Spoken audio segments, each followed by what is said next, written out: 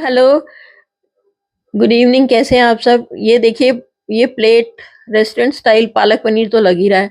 अगर मैं इसके सीक्रेट तड़के और सीक्रेट मसाले भी बता दूं तो आप इसको बनाना चाहेंगे?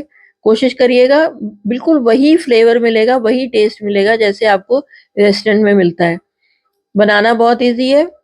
तो इसको कैसे बनाना है, इसके लिए आगे मैं बताती हूँ।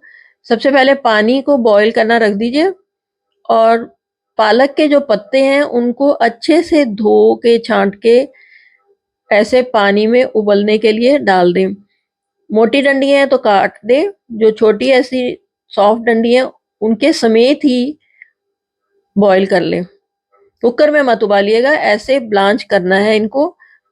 अब इस ठंडे पानी में डाल के उधर से जैसे पालक पकेगी वहां से निकाल के इमीडिएटली ठंडे पानी में शिफ्ट कर लेना है इसको। इससे कुकिंग बंद हो जाएगी और कलर पालक का जो है वो ग्रीन ही रहेगा। ये देखिए, ग्रीन है बिल्कुल।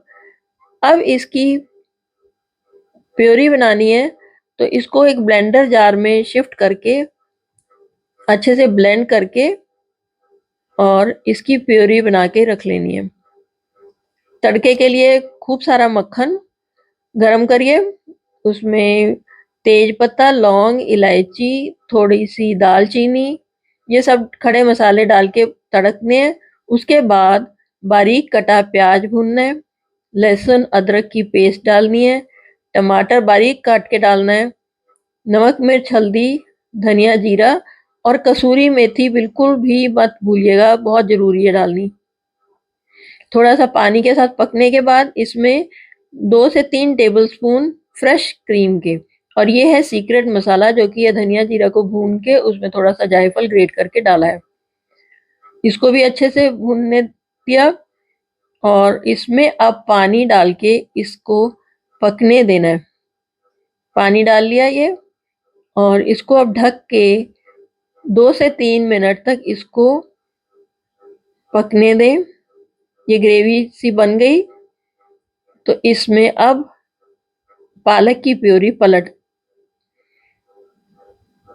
गल तो पहले ही चुकी है, बस इसको इस ऐसे स्टर करते हुए इसके नीचे जो तड़का है उसको मिक्स कर लेना है। इस टाइम पे बहुत छींटे उड़ते हैं तो ध्यान रखिएगा। छोटी छोटी हरी मिर्च काट कर डाल लीजिए, बहुत अच्छी लगती है। जब मक्खन साइड छोड़ दे तब इसमें पनीर के क्यूब्स ऐसे डालने हैं और हल्के हाथों से इनको कोट करना है। जल्दी जल्दी चलाएंगे तो और ज़्यादा चलाएंगे तो ये पालक में जो पनीर के क्यूब्स डाले हैं ये टूट जाएंगे, अपनी शेप होल्ड नहीं कर पाएंगे। तो हल्के हाथों से मिक्स करके इसको 2 से 3 मिनट ढक के पकाएं, ताकि अब जो पालक का फ्लेवर, जो मसालों का फ्लेवर है वो पनीर में आ जाए। अब इसके ऊपर एक और सीक्रेट तड़का जो है वो लगेगा, जिससे बिल्कुल रेस्टोरेंट स्टाइल आपकी डिश बन जाएगी।